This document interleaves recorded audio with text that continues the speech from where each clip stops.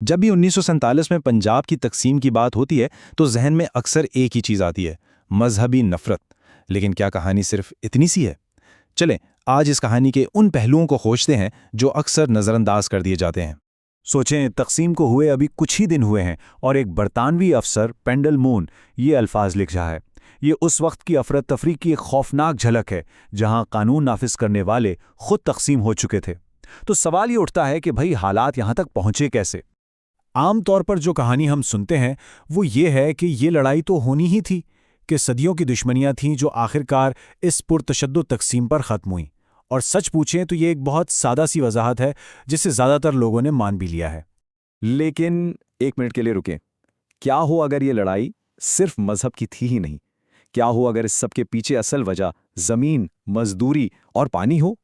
اس نئے نظریے کو سمجھنے کے لیے ہمیں تھوڑا پیچھے جانا پڑے گا، تقریباً ایک صدی پیچھے، اور یہ دیکھنا ہوگا کہ برطانوی راج نے پنجاب کے پورے سماجی اور معاشی تانے بانے کو کیسے بدل کر رکھ دیا تھا۔ اچھا، تو انگریزوں کے آنے سے پہلے پنجاب کیسا تھا؟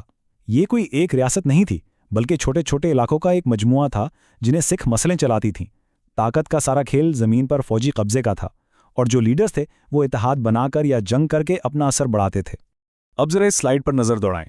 ایک طرف پنجاب کا قدرتی جغرافیہ ہے، دریاؤں کا ایک جال، اور دوسری طرف وہ انتظامی نقشہ جو انگریزوں نے اس پر تھوپ دیا، اور اسی مصنوعی ڈھانچے نے سچ میں سب کچھ بدل دیا۔ اور اس تبدیلی کی سب سے بڑی مثال نہری نظام کا قیام۔ یہ جو ٹیبل آپ دیکھ رہے ہیں نا، اس سے اندازہ لگائیں کہ یہ منصوبے کتنے بڑے تھے۔ لاکھوں ایکڑ بنجر زمین کو قابل کاشت بنا دیا گیا۔ اس نے پنجاب کا چہرہ ہمیشہ کے لیے بدل دیا۔ انہیں نہروں کی وجہ سے پنجاب برطانوی سلطنت کے لیے دو بہت اہم کام کرنے لگا۔ ایک تو یہ اس کا زرعی خزانہ بن گیا جو پورے ہندوستان کو اناج دیتا تھا، اور دوسرا یہ اس کا شمشیر بازو بھی تھا، کیونکہ فوج میں بھرتی ہونے والے سپاہیوں کو انعام میں یہی نئی زرخیز زمینیں دی جاتی تھیں۔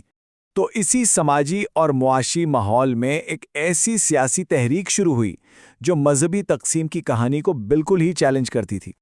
یہ تھی پنجاب یونینسٹ پارٹی۔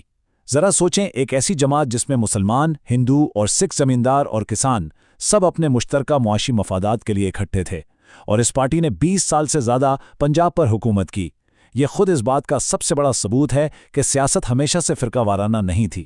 لیکن سب سے حیران کن اور اہم بات یہ ہے، پنجاب کی یہ سب سے طاقتور آواز جو فرقہ واریت سے اوپر اٹھ کر بات کرتی تھی، اسے تقسیم کے مذاکرات سے بالکل ہی دور رکھا گیا، اور جب وہ باہر ہوئے تو فرقہ وارانہ سیاست کے لیے پورا میدان خالی ہو گیا۔ اب کہانی کا رخ مڑتا ہے باؤنڈری کمیشن کی طرف، وہ ادارہ جسے صوبہ تقسیم کرنے کا مشکل کام سونپا گیا تھا۔ کمیشن کو جو ہدایات ملی وہ بس ان 2 جملوں پر مشتمل تھیں۔ کہا گیا کہ آبادی کی بنیاد پر سرحد بناؤ، لیکن ساتھ ہی دیگر عوامل کو بھی دھیان میں رکھنا۔ اب یہ دیگر عوامل کیا تھے، اس کی کوئی وضاحت نہیں کی گئی، اور یہی چھوٹا سا ابہام آگے چل کر سارے فساد کی جڑ بنا۔ یہاں آپ دیکھ سکتے ہیں کہ کیسے ہر جماعت نے ان مبہم الفاظ کا اپنی مرضی کا مطلب نکالا۔ مسلم لیگ نے کہا کہ اصل چیز تو آبادی ہی ہے، جبکہ کانگریس اور سکھوں نے جائیداد، نہری نظام اور مقدس مقامات جیسے دیگر عوامل پر زور دیا تاکہ اپنے معاشی مفادات بچا سکیں۔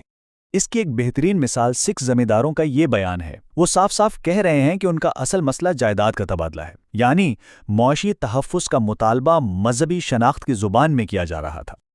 اور یہی اس پورے تجزیے کا مرکز ہے۔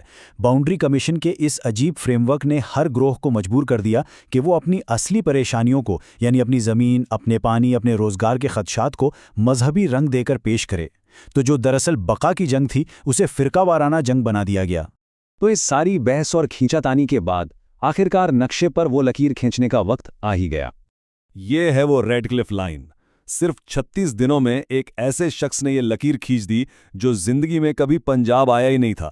اس لکیر نے صرف شہروں اور دیہاتوں کو نہیں بانٹا، اس نے خاندانوں کو، کھیتوں کو اور بہتے ہوئے دریاؤں تک کو کاٹ کر رکھ دیا۔ تو ہوا یہ کہ دہلی اور لندن میں بیٹھ کر جو اونچی سیاست ہو رہی تھی اور جو پنجاب کے کھیتوں میں اصل زندگی گزاری جا رہی تھی، ان کے بیچ ایک بہت بڑا فاصلہ پیدا ہو گیا۔ یہ لکیر زمین کی حقیقت پر نہیں بلکہ ایک سیاسی نظریے پر کھینچی گئی تھی۔ اچھا، اس فیصلے کی انسانی قیمت کیا تھی؟ چلیں ایک خاص کمیونٹی کی مثال سے اسے سمجھنے کی کوشش کرتے ہیں۔ احمدیہ کمیونٹی، جن کا مرکز قادیان بھارت والی طرف رہ گیا، انہوں نے اپنے تجربے کو کچھ اس طرح بیان کیا۔ ان کے الفاظ اس خوفناک حقیقت کو دکھاتے ہیں کہ جب ریاست کا نظام بکھر جاتا ہے اور محافظ خود حملہ ور بن جاتے ہیں تو اقلیتوں کے ساتھ کیا ہوتا ہے۔ تو خلاصہ یہ ہے کہ پنجاب میں جو تشدد ہوا وہ صرف مذہبی نفرت کا نتیجہ نہیں تھا، اس کی جڑیں اس گہرے خوف میں تھیں کہ نقشے پر کھینچی گئی ایک لکیر ان سے ان کی زمین، ان کا پانی اور ان کی زندگی کا ہر ذریعہ چھین لے گی۔ یہ ایک وجودی بحران تھا جس نے لوگوں کو ایک دوسرے کا دشمن بنا دیا۔ تو آخر میں یہ سوال ہمارے سامنے کھڑا ہے، جب لیڈرز زمینی حقیقتوں کو سمجھے بغیر نقشوں پر لکیریں کھینچتے ہیں تو کیا ہوتا ہے؟ تاریخ ہمیں اس بارے میں کیا سبق سکھاتی ہے؟ یہ سوال 1947 میں جتنا اہم تھا آج بھی اتنا ہی اہم ہے۔